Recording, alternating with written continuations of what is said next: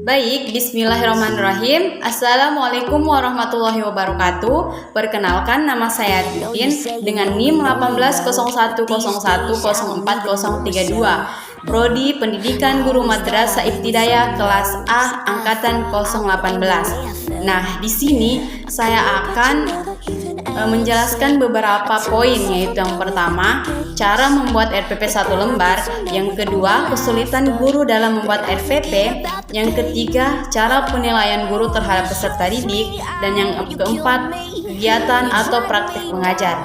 Nah, di sini kita selanjutnya akan pembahasan yang pertama, yaitu cara membuat RPP 1 lembar. Nah, baik, langsung saja di sini saya akan menjelaskan bagaimana cara membuat RPP 1 lembar.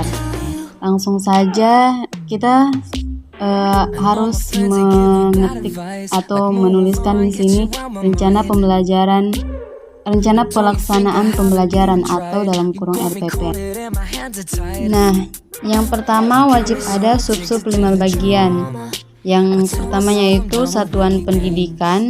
Kita contohkan di sini min 2 konsel. Nah, yang kedua kelas atau semester. Contohnya kelas 5 atau semester 2. Yang selanjutnya mata pelajaran. Di sini RPP-nya adalah mata pelajaran matematika. Dan yang selanjutnya materi pokok, yaitu materi pokoknya jaring-jaring bangun ruang sederhana. Yang terakhir yaitu alokasi waktu. Nah, alokasi waktu di sini 1 kali pertemuan. Dalam 1 kali pertemuan itu berupa 25 menit. Nah, selanjutnya bagian pertama yaitu tujuan pembelajaran. Nah, bagian tujuan pembelajaran kita harus mengcover antara ranah pengetahuan maupun ranah keterampilan. Nah, di sini yang pertama ranah pengetahuan, di mana siswa dapat menjelaskan pengertian jaring-jaring bola, tabung, dan kerucut. Yang kedua yaitu ranah keterampilan. Ranah keterampilan adalah siswa dapat membuat jaring-jaring bola tabung dan kerucut. Nah, mungkin itu saja bagian tujuan pembelajaran. Nah, yang kedua yaitu metode pembelajaran, di mana guru dapat melakukan metode ceramah, praktek, atau membuat kelompok peserta didik. Yang ketiga yaitu kegiatan pembelajaran. Nah, di sini kegiatan pembelajaran ada pendahuluan, kegiatan inti, serta penutup. Nah, yang pertama guru lakukan yaitu melakukan pembukaan dengan salam dan dilanjutkan dengan membaca doa. Itu wajib dalam membuka pembelajaran. Yang kedua, memeriksa kehadiran siswa atau mengabsensi. Yang ketiga, guru mengecek kerapian dan kebersihan siswa dan kelas. Yang keempat, guru menyampaikan tujuan pembelajaran. Nah, tujuan pembelajaran itu ada di atas yang 2 itu. Dan selanjutnya, guru menyampaikan materi prasyarat atau materi yang telah dipelajari waktu minggu lalu. Dan yang selanjutnya, guru menyampaikan motivasi atau persepsi. Nah, bisa kita lihat di sini ada alokasi waktu. Alokasi waktu di sini pendahuluan diberikan 5 menit. Selanjutnya kegiatan inti. Kegiatan inti, guru menanyakan materi apa yang akan dipelajari pada hari ini. Selanjutnya guru meminta siswa mengartikan apa yang dimaksud dengan jaring-jaring sebuah bangun. Dalam kegiatan inti di sini kita masuk dalam menyampaikan materi. Nah, yang selanjutnya guru menyempurnakan jawaban siswa. Selanjutnya guru menayangkan video jaring-jaring bangun ruang sederhana. Setelah itu siswa mengamati video yang ditayangkan. Guru meminta siswa untuk menyebutkan macam-macam bangun ruang sederhana seperti pada video yang ditayangkan. Selanjutnya guru membagi siswa menjadi beberapa kelompok. Setelah itu guru menjelaskan tugas yang akan dikerjakan pada tiap kelompok. Guru meminta tiap kelompok menukar hasil pekerjaan mereka. Yang terakhir, guru memperlihatkan jawaban yang benar dan tiap kelompok dengan jujur mengoreksi jawaban kelompok lain. Alokasi waktu yaitu 15 menit dalam kegiatan inti. Selanjutnya penutup. Nah, di sini penutup langkah-langkahnya adalah guru menanyakan kepada siswa yang dapat menyimpulkan materi yang telah diberikan. Selanjutnya, guru menguatkan kesimpulan materi yang telah dipelajari. Yang ketiga, guru menyampaikan materi selanjutnya, yaitu apa yang akan dipelajari minggu depan. Yang keempat, guru memberikan tugas rumah.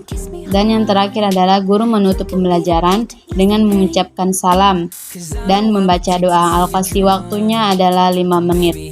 Nah, mungkin itu langkah-langkah pembelajaran dalam poin kedua RPP 1 lembar. Dan yang ketiga adalah penilaian. Di sini penilaian ada penilaian sikap atau observasi selama kegiatan berlangsung, penilaian pengetahuan, observasi selama kegiatan berlangsung, serta penilaian keterampilan, observasi selama kegiatan berlangsung. Itu ada 3 macam-macam penilaian untuk peserta didik. Dan yang terakhir dalam RPP 1 lembar yaitu seperti umumnya, yaitu mengetahui. Di sini kepala sekolah, misalnya Bapak Imaluddin Agus MPD, dan di bawahnya ada kita sertakan NIP serta tanggal, bulan, dan tahun. Di bawahnya kita menuliskan guru kelas 5, misalnya Titin SPD dan NIP-nya di bawah. Nah, mungkin itu saja yang bisa saya jelaskan dalam membuat RPP. Baik, di sini saya akan menjelaskan bagaimana guru mengalami kesulitan dalam membuat RPP. Yaitu yang pertama adalah menjabarkan kompetensi dasar ke indikator, mengaitkan standar kompetensi atau kompetensi dasar. Hal ini disebabkan karena kurang pedulinya guru soal membuat perangkat pembelajaran dan tidak sering mendiskusikannya dalam forum musyawarah guru mata pelajaran atau kelompok kerja guru, kondisi lingkungan siswa, serta buku pegangan yang tidak sesuai dengan materi, serta membuat guru sulit dalam merancang media ajar. Yang kedua adalah sulitnya menentukan kegiatan dan tahapan pembelajaran dalam RPP, dikarenakan kurangnya kerjasama dan persiapan yang matang dari gurunya sendiri dalam membuat RPP atau LKS siswa. Padahal, ketika membuat RPP diperlukan kesiapan yang matang karena dalam membuat RPP itu disusun dengan tidak asal-asalan. Yang ketiga yaitu dalam kegiatan pembelajaran sulit menentukan metodenya, minimnya pengetahuan akan berbagai metode pembelajaran menyebabkan guru menjadi sulit untuk menyesuaikan metode yang tepat dalam membuat siswa-siswi. Padahal setiap materi ajar yang akan diberikan kepada peserta didik akan sangat menarik ketika sesuai dengan metodenya sendiri. Yang keempat yaitu sulitnya membuat media sendiri, sehingga tidak sesuai materi dengan media yang sederhana. Banyaknya materi yang sedikit rumit tidak mengakibatkan bagian besar guru tidak mampu menyiapkan media ajar setiap harinya. Kebanyakan gurunya memanfaatkan media seadanya yang tersedia di sekolah tersebut. Yang kelima yaitu materi yang sesuai dengan anak sulit untuk disusun oleh guru, karena ada anak yang tidak mengerti materi dan seharusnya semua materi disajikan. Nah, selanjutnya saya akan menjelaskan bagaimana guru menilai peserta didik. Ada 3 cara penilaian, yaitu yang pertama penilaian sikap, penilaian pengetahuan, serta penilaian keterampilan. Yang pertama yaitu penilaian kompetensi sikap. Dalam pembelajaran merupakan serangkaian kegiatan yang dirancang untuk mengukur sikap peserta didik sebagai hasil dari suatu program pembelajaran. Penilaian sikap juga merupakan aplikasi suatu standar atau sistem pengambilan keputusan terhadap sikap siswa. Yang kedua yaitu penilaian pengetahuan, merupakan penilaian untuk mengukur kemampuan peserta didik berupa pengetahuan faktual, konseptual, prosedural, dan metakognitif, serta kecakapan berpikir tingkat rendah sampai tingkat tinggi. Yang ketiga yaitu penilaian keterampilan. Penilaian keterampilan adalah penilaian yang dilakukan untuk menilai kemampuan peserta didik menerapkan pengetahuan dalam melakukan tugas yang telah diberikan. Bismillahirrahmanirrahim. Assalamualaikum warahmatullahi wabarakatuh. Selamat pagi anak-anak. Apa kabar kalian hari ini? Alhamdulillah baik. Nah, sebelum kita memulai pembelajaran kita pada hari ini, terlebih dahulu kita membaca doa. Silakan ketua kelasnya untuk memimpin doa. Amin. Nah, selanjutnya Ibu akan mengabsensi terlebih dahulu. Siapa yang tidak hadir? Oke, baik, hadir semua ya. Nah, di sini Ibu akan memberitahu tujuan pembelajaran kita pada hari ini. Yang pertama, mampu mempraktikkan 3 dasar senam. Yang kedua, mempraktikkan gerakan guling belakang. Yang ketiga, mampu mengetahui cara merawat diri dari penyakit menular, dan yang terakhir mampu membuat larutan anti nyamuk. Nah, di sini siapa yang masih ingat pelajaran kita pada minggu lalu? Nah, baik, minggu lalu kita mempelajari yaitu mempraktikkan kuda-kuda dalam pencak silat. Nah, selanjutnya, Ibu akan menjelaskan atau memberikan kalian gambaran tentang 3 gerakan dasar senam. Yang pertama yaitu gerakan guling belakang. Nah, bisa kita lihat gambarnya di sebelah sini, ada gerakan guling belakang contohnya. Yang kedua yaitu gerakan guling depan. Bisa juga dilihat di gambar sini. Dan yang ketiga yaitu gerakan meroda. Gambar sini. Nah, selanjutnya materi yang kedua yaitu mempraktikkan gerakan guling belakang. Gerakan guling belakang terdapat pada gambar yang pertama. Selanjutnya yang ketiga, cara merawat diri dari penyakit menular. Bisa kita lihat atau kita simak videonya. Semoga kalian bisa menyimak video tersebut.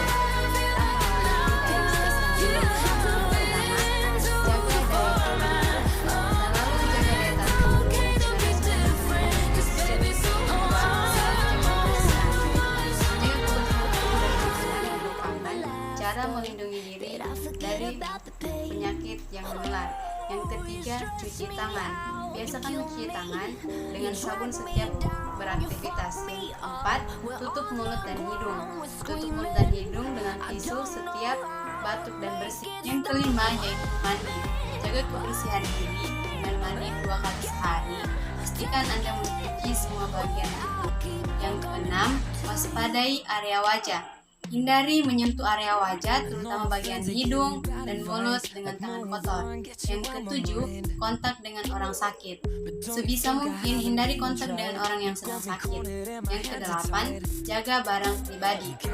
Jangan berbagi barang-barang pribadi seperti sikat gigi, handuk, botol, minuman dengan orang lain.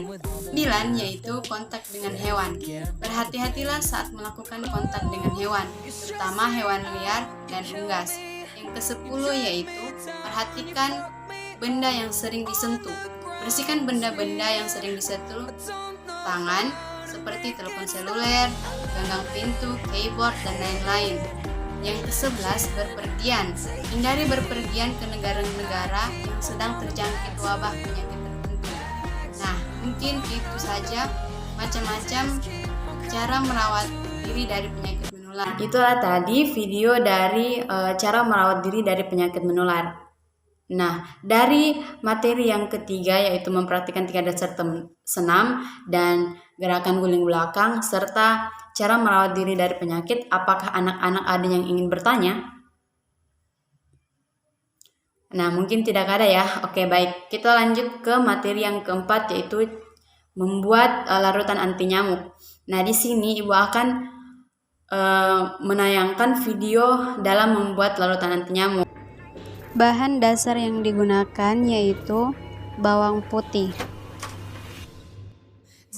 Pertama, kupas bawang putih terlebih dahulu.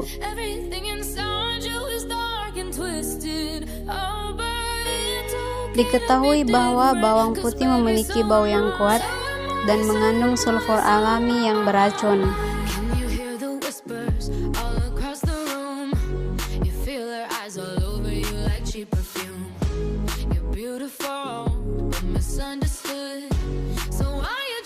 Selanjutnya adalah potong-potong bawang putih.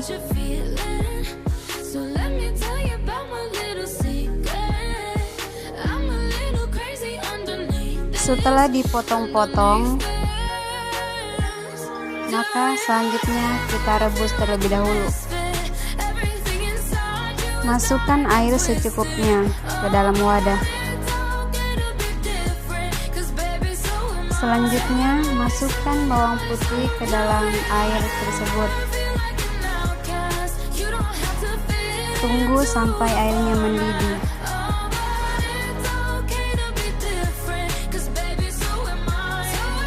Setelah airnya mendidih, maka tuangkan ke dalam suatu wadah.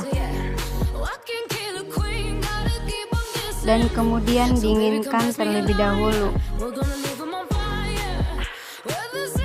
Selanjutnya, saring rebusan tersebut. Kemudian masukkan air hasil rebusan bawang putih tersebut ke dalam botol spray. Semprotan anti nyamuk berbahan alami pun sudah jadi dan bisa digunakan untuk ruangan-ruangan.